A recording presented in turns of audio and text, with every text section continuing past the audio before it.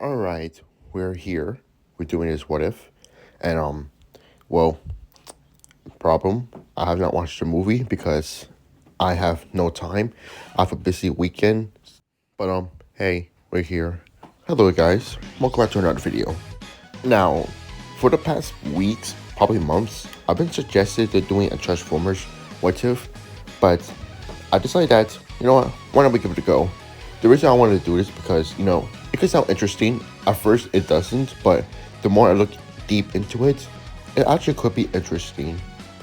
But also, since I have not watched the movie, I have to do a little headcanon, and if I do have time to watch the movie, I will retcon this part. But yeah, take it to the grain of salt because I'm not actually using the movie Transformers. But as I said again, I have not watched the movie, and I just said I will release this on Thursday. But yeah, we're going to do this on Thursday.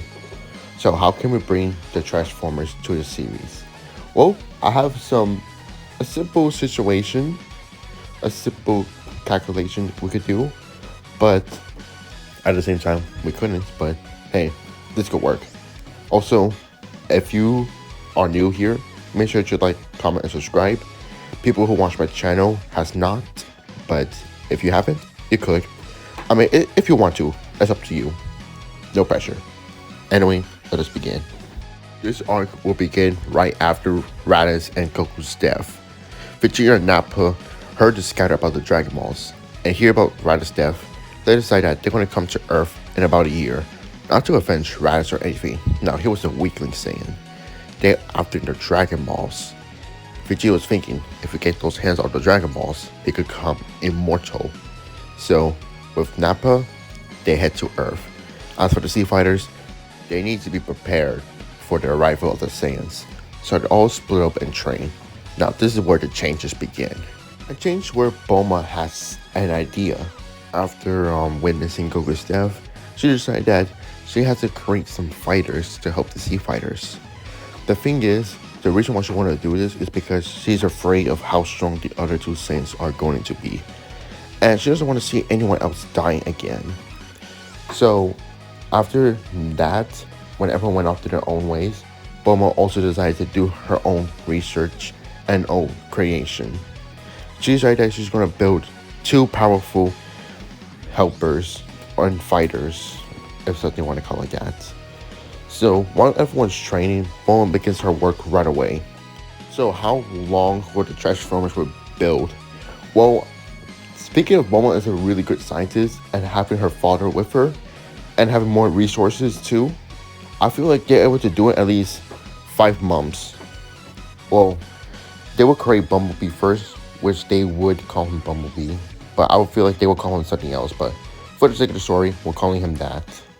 As for Optimus Prime, he may take a little longer to build, because they make him more powerful and more stronger. So yeah, Bumblebee was built first.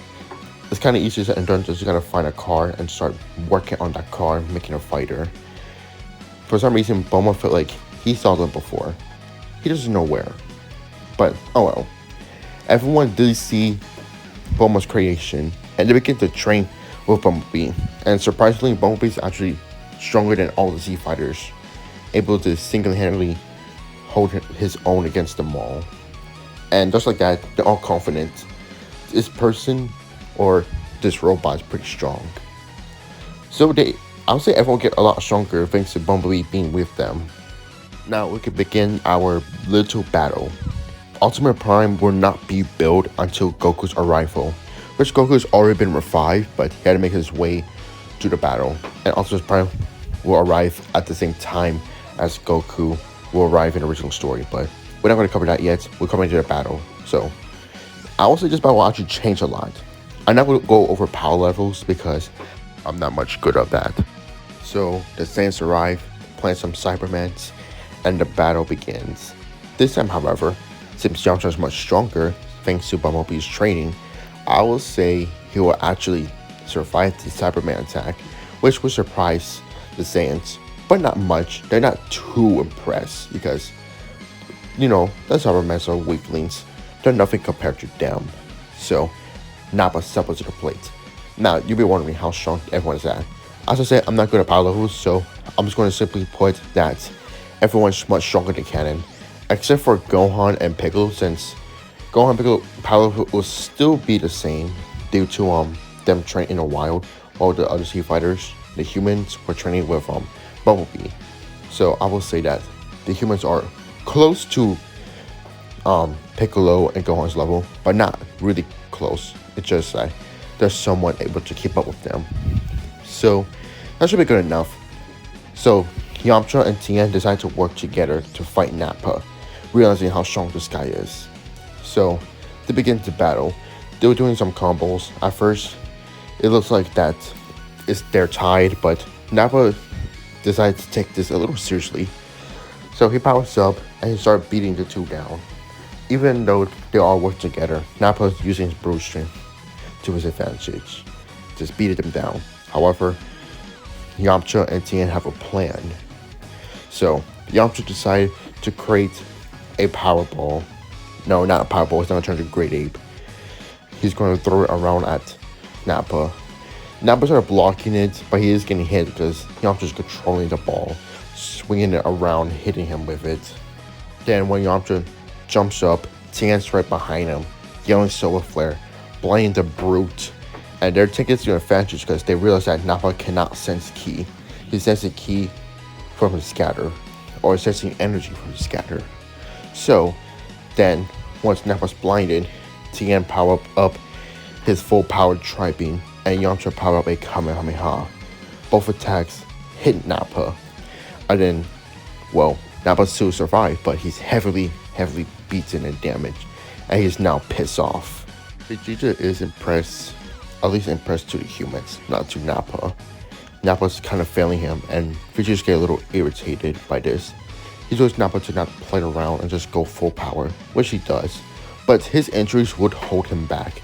Not that Nappa's dying or anything, no, he's just damaged, but he is getting angry.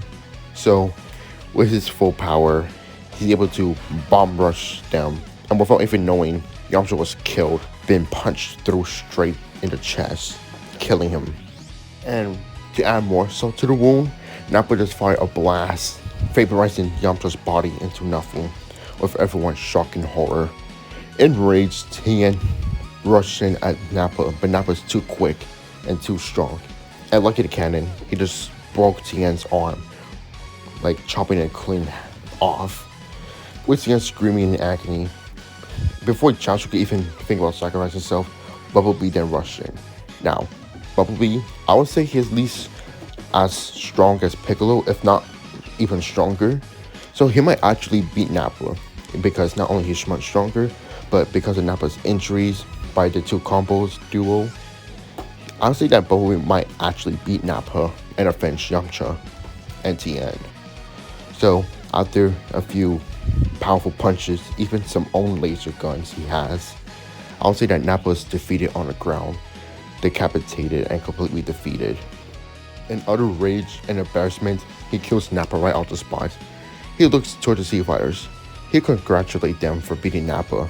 However, he was only a tool. He's not the real challenge. Now, they're going to face the Prince of the Saiyans. Everyone gets their caught up, until they sense a powerful energy from afar away. It's Goku. Although Vegeta cannot sense it, but his scatter reads a powerful reading. He looks to his left, and there, Goku arrives. You see, their battle plays out a lot longer due to everyone's fighting and holding off Nappa. Although it didn't go shortly, it did go a long time ago. So, Goku is able to arrive, and at the same time, Ultra Burn Prime does. Both of them look at Yamcha's dead body, and they're pretty angry. Although Ultra Prime doesn't know everyone yet, but he was programmed to know who they are. So, you could say that he does know them. But, seeing one of their comrades and their friends hurt and killed right off the spot, they get angry. Goku's not as angry as he was, but he's still pretty angry. And right now, nobody steals a chance, but the only person who does is Goku. Now, Ultra Burst may not stand a chance either, but he's actually much stronger than Bumblebee and everyone else. He might actually be the second strongest in this group. So, Goku and Ultimate Prime decide that they're both going to work together to defeat Vegeta. So they told Vegeta they're going to go to a different area. Vegeta accepts, and then the three of them head off to the nearby mountains. this is where I'll leave you stuff for now. If this video gets at least 10 likes, I'll do part 2 right away. So yeah, I'll see you guys next time.